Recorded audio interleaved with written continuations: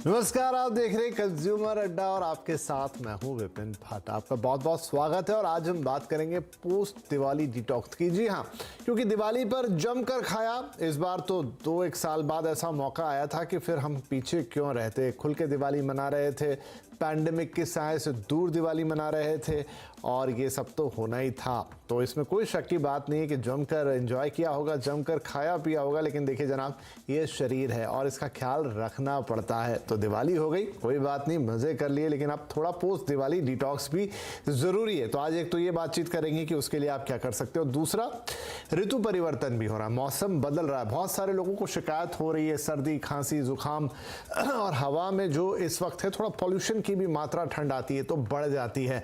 वो सब चीज़ें आपको और हमें तकलीफ देती हैं। तो अभी तो ठंडों की शुरुआत है, लेकिन ये ठंड पीक करेगी, तकलीफें और बढ़ेंगी। और ठंड अच्छा मौसम होता है, सुहाना मौसम होता है, लेकिन स्वास्थ्य के लिहाज से बहुत सारी चीज़ों का ध्यान रखना पड़ता है। तो कैसे अपने आप को आने वाली ठंडों के लिए तैयार करना है, वो भी आज का फोकस रहेगा।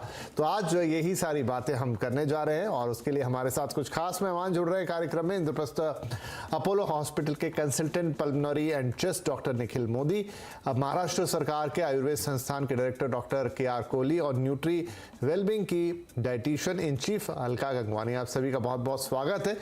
क्योंकि जस्ट दिवाली के बाद की हम बात कर रहे हैं तो शुरुआत इसी से कर देते हैं, जरा डिटॉक्स से, पोस्ट दिवाली डिटॉक्स से। तो अलका जी, आपसे ही शुरू करते हैं। आज दिवाली हो गई, इससे पहले भी आप हमारे शो पे आए थे, जम के खाया पिया होगा सब लोगों ने, ये हम उम्मीद कर रहे हैं। अब पोस्ट दिवाली डिटॉक्स, उसकी शुरुआत कैसे और कहाँ से की जाए?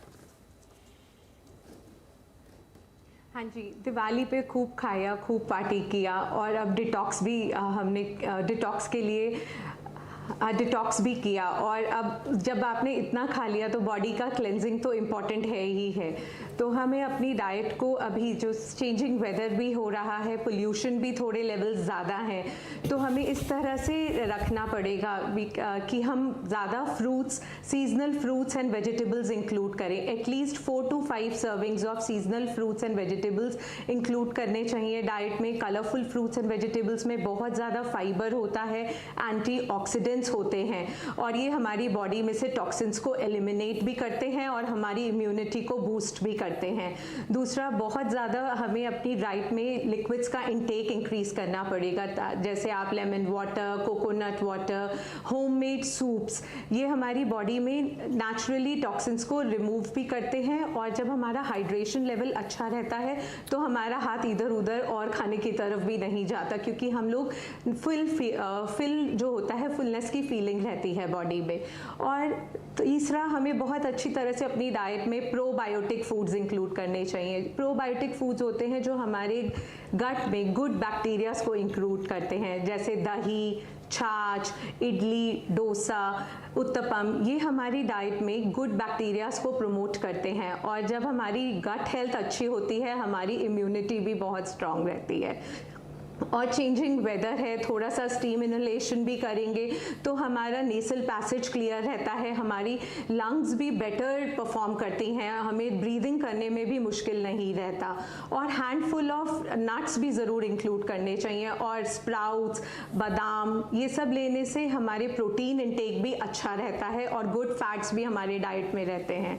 तो ये सारी चीज़ों को हमें अपनी डाइट में रेगुलर कंज्यूम करना चाहिए। और थोड़ा सा फिजिकल एक्टिविटी बहुत इंपॉर्टेंट है। 30-45 मिनट्स आप ब्रिस्क वॉक कर सकते हैं, आप योगा कर सकते हैं, तो ये आपके लंग कैपेसिटी को भी इंक्रीज करते हैं। End of course a good sleep, वो बहुत ज़्यादा इंपॉर्टेंट है, क्योंकि जब आप सोते हैं तो आपकी बॉडी बहुत अच्छे से रिपेयर मोड में जाती है। That's it. चलिए, बढ़िया है। तो ये चीज़ें आपने कर ली, खूब सारा कंज्यूम कर लिया दिवाली पर। अब थोड़ा डाइट पर ध्यान दीजिए और ये परिवर्तन जो यहाँ गंगवानी जी बता रही हैं वो लेकर आइए। और उसमें सारी चीज़ें शामिल है, सिर्फ डाइट नहीं, सोना, जागना, थोड़ी सी एक्सरसाइज, लेकिन हाँ, डाइट एक बड़ा पोर्शन बनाती है, तो वो रहता है। डॉक्टर कोहली, क्या आयुर्वेद में भी कोई डिटॉक्स जैसा कंसेप्ट मौजूद है क्या? मतलब क्योंकि देखिए सीजन भी है, बदलाव भी है, वो तो है ही, और साथ में अभी दिवाली पर खाना पीना, तला गला, बहुत गरिष्ठ भोजन, काफ़ी ज़्यादा मात्रा में शक्कर, ये सब शरीर के अंदर गया है। क्या कहता है इस पर आयुर्वेद? देखिए, आयुर्वेद बड़ा क्लियरली कहता है, यथा ब्रह्मांडे तथा पिंडे। जो ब्रह्मांड में हो रहा है वैसा ही अपने पिंड में यानी अपने शरीर में भी घटित होता है। उसका डायरेक्ट कॉस्मोस का डायरेक्ट रिलेशन हमारे बॉडी से है। तो जैसे ही वातावरण बदल रहा है, पहली बात तो है बहुत खाया है, बहुत कुछ हमने पार्टी वार्टी किया है, बड़ा फेस्टिव सीजन था, तो इसलिए थोड़ा सा बॉडी को, जैसे अलका जी ने अभी कहा कि डिटॉक्स करना बहुत आवश्यक है। मेरे ख्याल से आयुर्वेद की दृष्टि से देखा जाए तो तले वाले पदार्थ अभी बंद कर देने चाहिए, जितना हो गया बहुत बस है, काफ़ी है। मीठा बंद कर देना चाहिए, मीठे के दुष्परिणाम बहुत सारे शरीर पे हैं। और दिवाली की मिठाई खाने के बाद मुझे लगता है 10% नए डायबिटिक भी उत्पन्न होते होंगे, जो प्री डायबिटीज़ से डायबिटीज़ की तरफ परिवर्तित हो रहे हैं। तो इसके अलावा भी जो खाने पीने में है अभिसंधी पदार्थ, यानी जैसे खट्टी चीज़ें हैं, दही है, बहुत सारा सॉल्ट का कंजम्पशन कम करना चाहिए, क्योंकि ये सारी चीज़ें शरीर में इतनी गई हुई हैं कि आपको शायद हो सकता है कुछ जो मिडिल एज ग्रुप में है, 40s और 50s में, 60s में हैं या ग्रोइंग एज में हैं, उनमें से कई लोग पहली बार अभी इस बार डायबिटिक बनेंगे, पहली बार हाइपरटेंसिव बनेंगे। तो इसलिए थोड़ा बॉडी को मुझे लगता है 2-4 दिन का हल्का खाना, 8-1 दिन तक गर्म पानी का सेवन करना, स्टीम लेना, ये बहुत आवश्यक है। आयुर्वेद के हिसाब से जो आपने जो टॉपिक दी है, मैं समझता हूँ बहुत अच्छी है कि डिटॉक्स कैसे किया जाए। आयुर्वेद का पूरा पंचकर्म का एक पूरा साइंस अलग से है जो डिटॉक्स के ऊपर ही काम करता है। आप जरूर अभ्यंग करवाइए, शरीर की मालिश करवाइए, शरीर का स्वेदन करवाइए, यानी स्टीम लेते हैं। हाँ सर, बोलिए बोलिए। जी कोहली साहब, सुन रहे हैं हम आपको। हेलो, लगता है शायद कुछ लाइन में यहाँ पर प्रॉब्लम आई। हम बात को कंटिन्यू करेंगे। तो डॉक्टर कोहली भी ये बता रहे थे कि अगर आप आयुर्वेदा के हिसाब से भी देखें तो ऋतु परिवर्तन हो रही है, उसमें बहुत सारी चीज़ें होती हैं, और ख़ास तौर पर जो आपने अभी फेस्टिव सीजन में बहुत सारा कंज्यूम किया है, देखिए तली गली चीज़ें खाने में आती हैं, मीठा बड़ी मात्रा में खाने में आता है। और जो उन्होंने बहुत इंपॉर्टेंट बात यहाँ पर बोली है कि बहुत सारे लोग इस समय कन्वर्ट हो रहे होंगे। देखिए ये देश अब एक डायबिटिक कैपिटल के तौर पे जाना जाता है। डायबिटीज़ में बहुत सारा हिस्सा प्री डायबिटिक्स का होता है, यानी कि आपको डायबिटीज़ हुई तो नहीं है, लेकिन अब आपका जो बॉडी के शुगर लेवल है वो नॉर्मल नहीं रह गए हैं, वो फ्लक्चुएट कर रहे हैं, वो 100 के नीचे जो स्टैंडर्ड पैरामीटर है नहीं रहते हैं फास्टिंग लेवल पे, वो 100 और 125 के बीच में रहते हैं।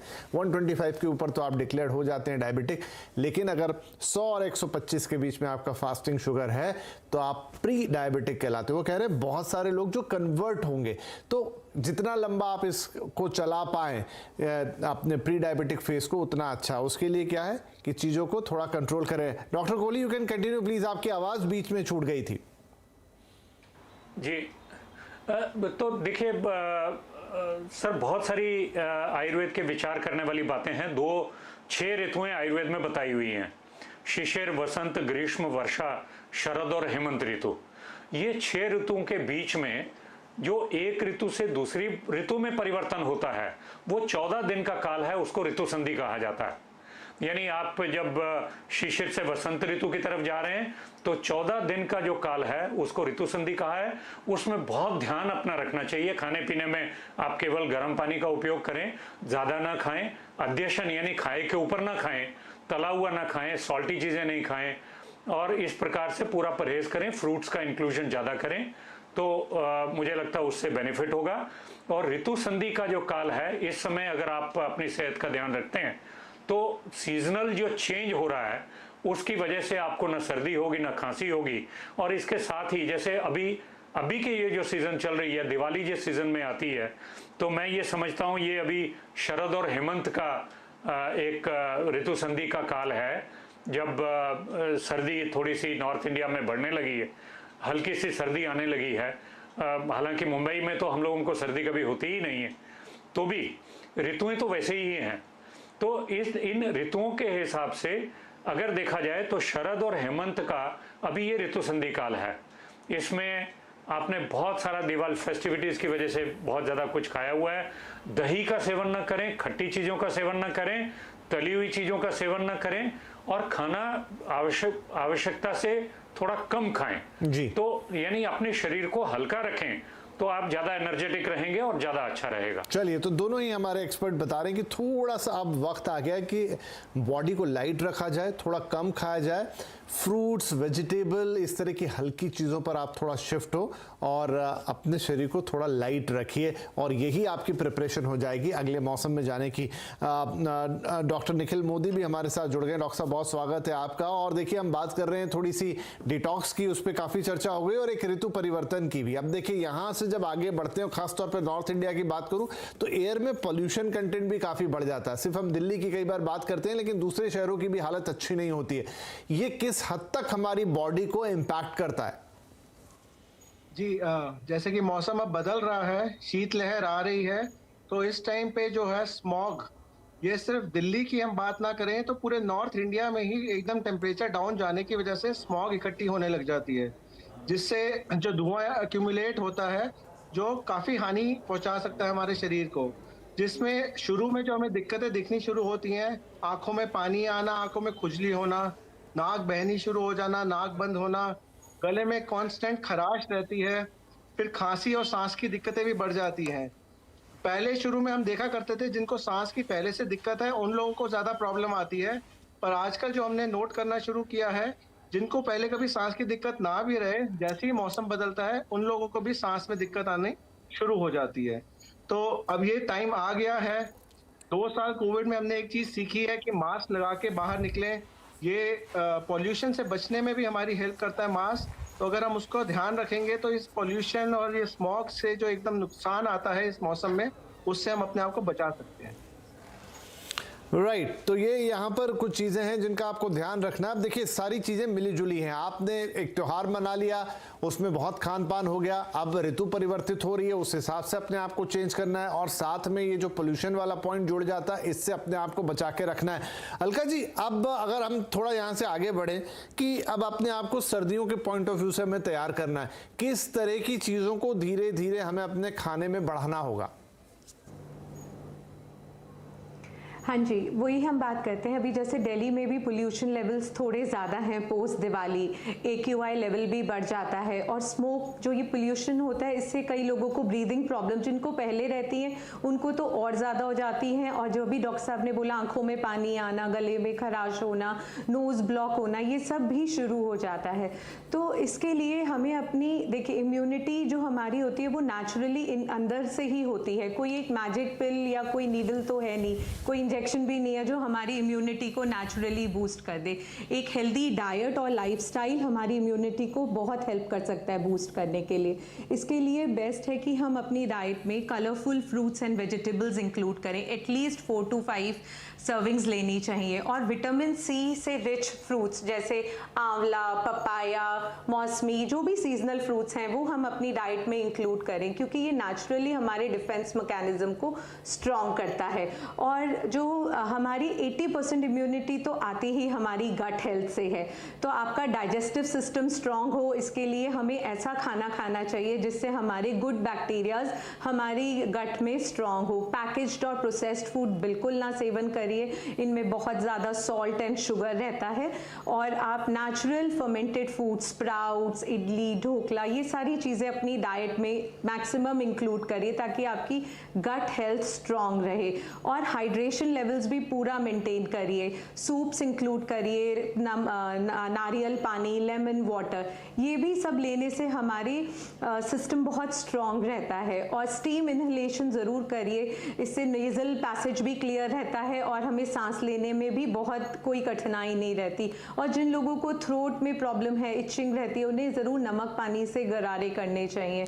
और हल्का खाना खाएं, 15 से 20 मिनट डेली सनलाइट का भी ज़रूर एक्सपोजर लें, क्योंकि इससे विटामिन डी लेवल्स इंक्रीज़ होते हैं और ये भी हमारी इम्यूनिटी को बूस्ट करते हैं। और कोशिश करके पैकेज प्रोसेस्ड फूड और जितनी भी सफ़ेद जैसे शुगर, सॉल्ट और मैदा से बनी हुई चीज़ें हैं, ये सब कुछ अवॉइड करिए डाइट में।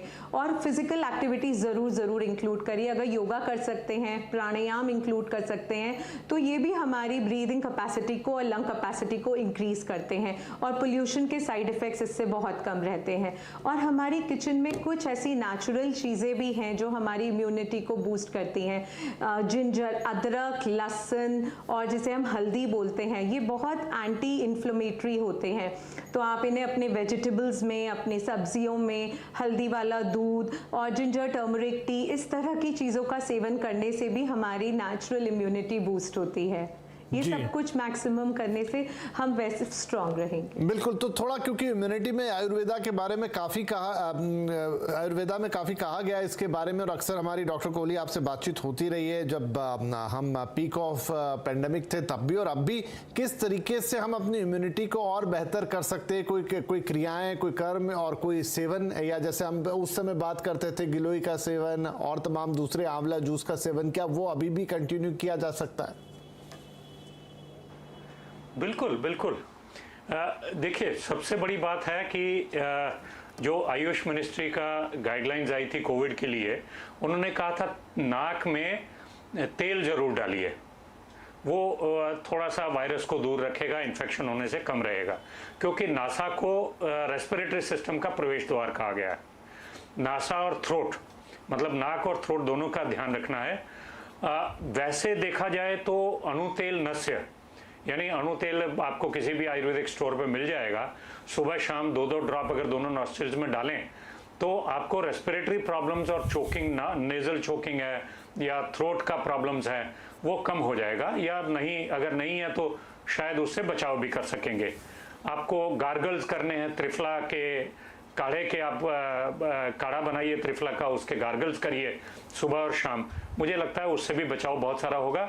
ये और भी ज़रूरी इसलिए है क्योंकि नॉर्थ इंडिया में पूरे स्मॉग है, पोल्यूशन है। ऋतु संधि का जो आयुर्वेद का कंसेप्ट था, उससे भी एक स्टेप आगे जाके पोल्यूशन इतनी ज़्यादा है कि उसका भी ध्यान रखना ज़रूरी है। इन्हीं दिनों में देखिए तो आयुर्वेद का एक सबसे बड़ा प्रिस्क्रिप्शन है कि पंचकर्म का विरेचन इस काल में करना जरूरी है। विरेचन यानी हम लोग घी भी पिलाते हैं और उसके बाद जब पूरा काफ़ी सारा घी शरीर में चला जाता है मालिश और सेक करवा के, और वो टॉक्सिन्स को निकालने के लिए लूज मोशंस दिया जाता है, उसको विरेचन की क्रिया कही जाती है। 12 से 14 दिन इस क्रिया में लगता है, वो जरूर कराना चाहिए। इसमें आप अपने नज़दीकी पंचकर्म केंद्र में जाएं और ये करवाएं। और जैसे कि अभी आपने कहा कि जो कोविड की गाइडलाइंस में गुड़ूची था, अश्वगंधा था, बिल्कुल उसका प्रयोग कर सकते हैं। अदरक का बहुत सारा सेवन, अदरक और शुंठी, इन दोनों का बहुत सारा सेवन करना आवश्यक है। ये इस पूरे काल में, ये जो ऋतु संधि का काल है या आगे जो शीतकाल है, जो अपनी हेमंत ऋतु और शिशिर ऋतु आ रही है, इसमें अदरक, हल्दी, अश्वगंधा, गुड़ूची, इस प्रकार के इम्यूनिटी बढ़ाने वाले द्रव्य आपको बहुत बहुत आवश्यक हैं। और आप गाय के घी का जरूर सेवन करें, 1 चम्मच सुबह 1 चम्मच शाम को। ये अपने शरीर में जो सर्दियों में रुक्षता होती है, घी इटसेल्फ एक इम्यूनिटी बिल्डर है, बहुत सारी प्रॉपर्टीज इसमें हैं।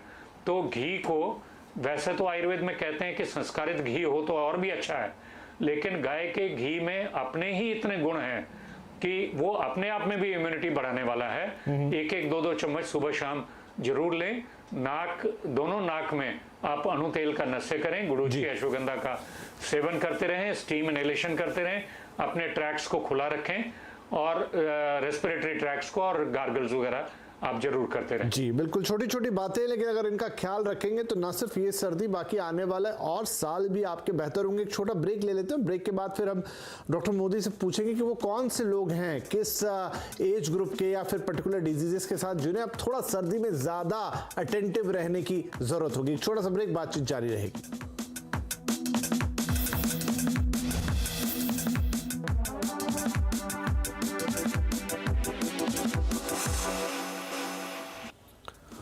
Welcome back. आज कंज्यूमर अड्डा में बात हो रही पोस्ट दिवाली डिटॉक्स की, और साथ में आने वाली शरद ऋतु या फिर सर्दियों के दिनों के लिए अपने आप को, वैसे तो उसकी शुरुआत हो चुकी है लेकिन धीरे धीरे ठंड बढ़ती जाएगी और ये कई तरह की दिक्कतें पैदा करती है, खासतौर पे उत्तर भारत में प्रदूषण भी और ज्यादा बढ़ जाता है।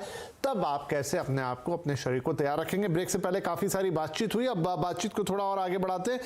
डॉक्टर मोदी, अब ये भी रहता है कि ठंड आती है तो वैसे तो एक सुहाना मौसम रहता है, लेकिन कई लोगों को थोड़ा एक्स्ट्रा कॉशियस होने की जरूरत रहती है। रहती है।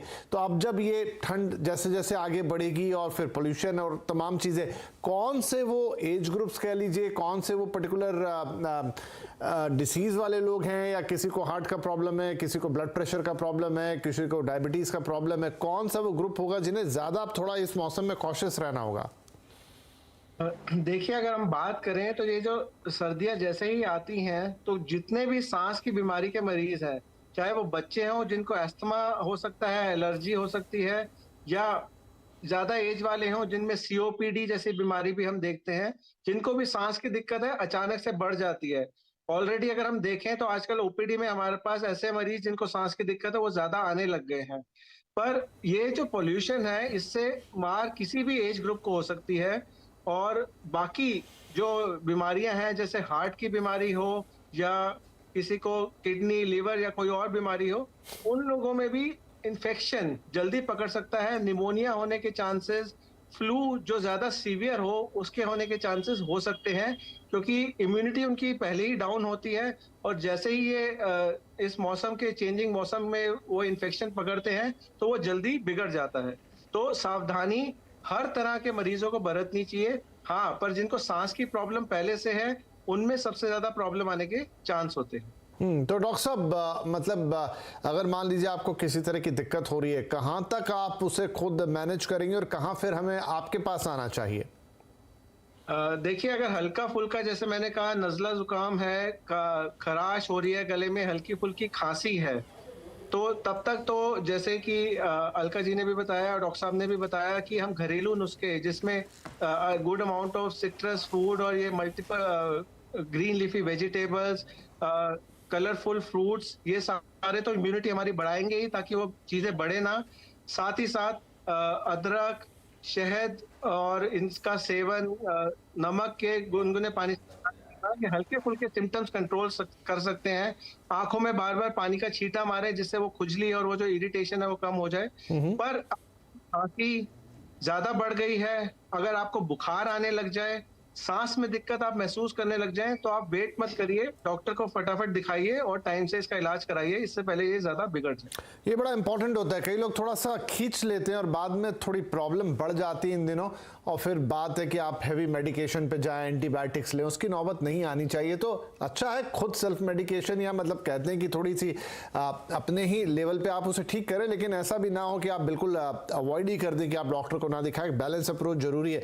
अलका जी, एक और महत्वपूर्ण प्रश्न आपने कहा, फलों का सेवन करना। बहुत सारे लोग इन दिनों ये है कि फल का सेवन तो करते हैं लेकिन वो जूस के तौर पे ले लेते हैं। रॉ फल हमें खाने हैं या जूस भी ओके रहेगा?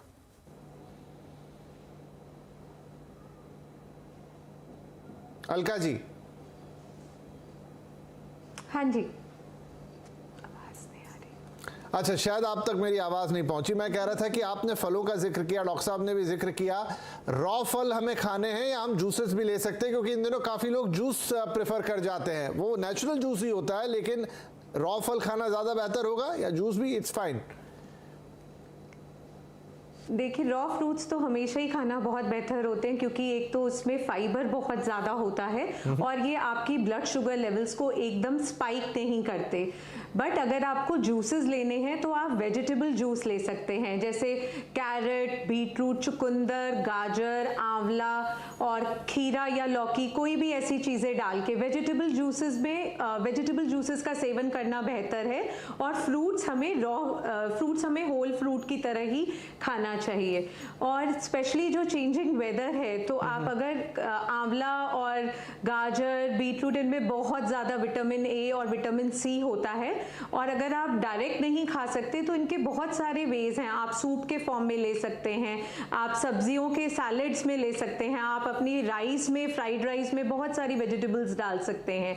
बट फ्रूट्स अगर खाने हैं तो रॉ होल फ्रूट्स खाएंगे, और जूसेस लेने हैं तो वेजिटेबल जूसेस ही लेंगे, ताकि हमें पूरा उसमें फाइबर भी मिले। ठीक है, ये भी आपने क्लैरिटी दे दी, बहुत अच्छी बात है। तो आई थिंक वो तमाम टॉपिक्स और बातें यहाँ पे क्लियर हो गई हैं। क्या आपको खान पान में ध्यान रखना है, पोस्ट दिवाली डिटॉक्स की शुरुआत आप कैसे करेंगे, कितने दिनों तक करेंगे, और जो ऋतु परिवर्तन हो रहा है, जो चेंज ऑफ वेदर हो रहा है, उसमें आपको किन किन बातों की सावधानी रखनी है, और खासतौर पर खान पान से जुड़ा हुआ मामला है, वहां पर अपने खान पान में और दिनचर्या में किस तरह के चेंजेस आपको लेके आने हैं। आयुर्वेदा के हिसाब से भी हमने बात की, हमने एलोपैथी के हिसाब से भी बात की, और खासतौर पर डाइट पे फोकस किया, क्योंकि ये लिए सबसे इंपॉर्टेंट होती है। और हाँ, आपको प्रॉपर रेस्ट भी लेना है। तो आई होप कि आने वाले सीजन के लिए ये सारी बातें आपको अच्छे से तैयार रखेंगी। और अगर आपने दिवाली पे ज़्यादा खा पी लिया है तो कोई गिल्ट में आने की ज़रूरत नहीं, तरीके अब आपको मालूम है कि आपको कैसे डिटॉक्स करना। बहुत शुक्रिया आप तीनों ही मेहमानों का आज कार्यक्रम में शामिल होने के लिए और ये सभी बातें हमारे साथ शेयर करने के लिए। नमस्कार।